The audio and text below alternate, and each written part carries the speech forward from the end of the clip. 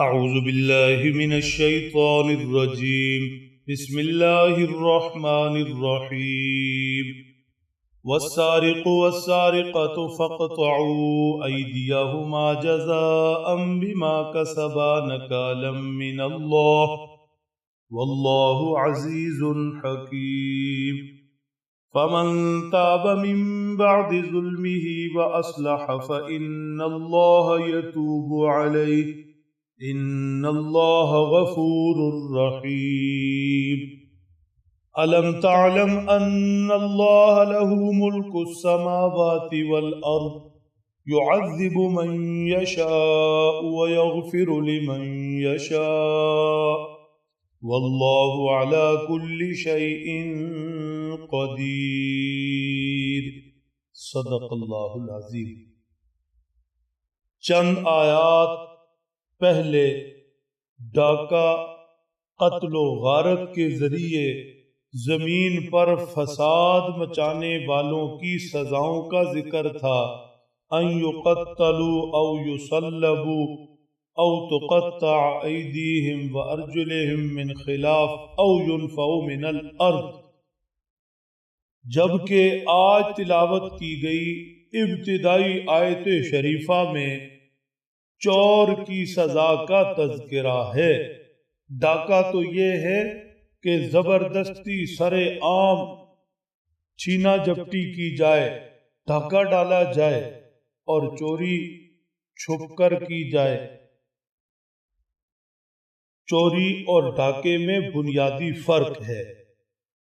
بہرحال ارشاد فرمایا والسارق والسارقة فاقطعوا أيديهما جزاء بما كسبا نكالا من اللہ۔ چور کی شرعی سزا ذکر ہو رہی۔ چوری کرنے والا مرد ہے یا چوری کرنے والی عورت ہے، ان کی سزا یہ ہے کہ جب چوری ثابت ہو جائے، باقاعدہ شرعی عدالت قاضی ثابت کر دے کہ فلاں نے چوری کی، اب مرد ہے یا عورت، فرمایا ابتدا میں یعنی پہلی مرتبہ چوری پر اس کا دایاں ہاتھ کاٹ دیا جائے۔ یہ چور کی سزا ہے، یہ چوری کی سزا ہے۔ دو چار چوری کرنے والے عبرت کا نشان بنیں گے، کسی کو جرت نہیں ہوگی، یوں سب کا مال محفوظ ہوگا، سب کی عزت محفوظ رہے گی، سب سکون کی نیند سوئیں گے۔ دشمنان اسلام جن شرعی سزاؤں کو سخت وحشیانہ قرار دیتے ہیں، ان میں سے ایک یہ سزا بھی ہے، چور کا ہاتھ کاٹنا۔ تو ایسے بد نصیبوں سے، کم فہموں سے سوال یہ ہے کہ کیا چوری مہذب فعل ہے؟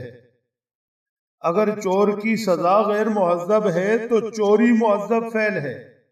چوری سے معاشرے کا امن تباہ ہوتا، سکون تباہ ہوتا۔ خدا جانے کسی غریب نے کیسے روپیہ جوڑ کر کس خاص مقصد کے لیے کچھ اکٹھا کیا تھا، دیکھنے میں آتا ہے غریب آدمی بیچارہ اپنی بچی کے لیے جہیز جوڑ رہا تھا، لوگوں کی چوروں کی نظر تھی، آنن فانن آئے اور سالوں کی محنت غارت کر گئے۔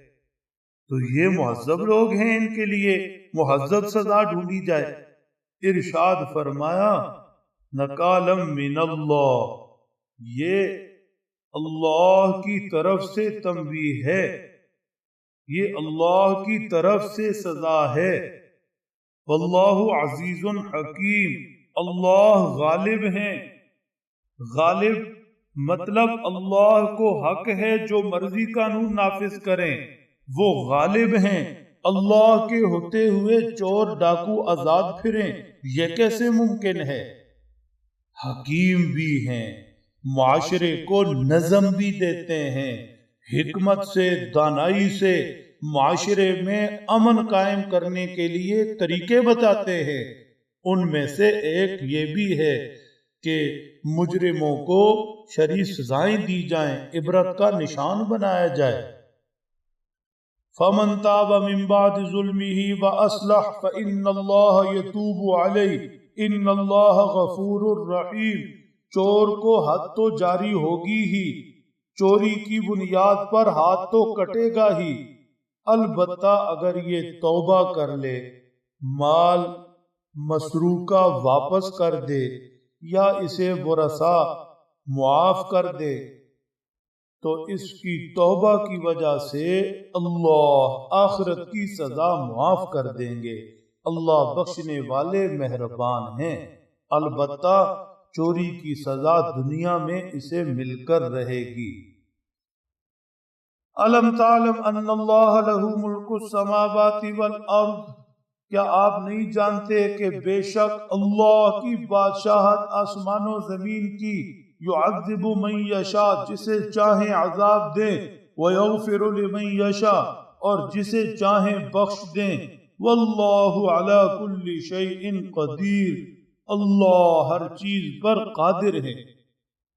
اللہ بادشاہ ہیں، پورا اختیار رکھتے ہیں، آسمان و زمین ان کا ہے، لہذا زمین والوں کے لیے جو قوانین جاری فرمائیں اس کی قدرت بھی اختیار بھی، پھر زمین والوں میں جسے اپنے عذاب سے دوچار کریں جسے بخش دیں، کوئی روکنے والا نہیں، اللہ کا اختیار بھی پورا، اللہ کی قدرت بھی پوری۔ کیا ایمان افروز آیت شریفہ کا حصہ ہے، اسے مسلسل پڑھنا چاہیے، غور کے ساتھ تدبر کے ساتھ سوچنا چاہیے۔ اللہ اس کا یقین دل میں اتار دیں تو کیا ہی بات ہے۔ واللہ علی کل شیء قدیر، واللہ علی کل شیء قدیر، واللہ علی کل شیء قدیر۔ اللہ سمجھ دیں، عمل کی توفیق بخشیں۔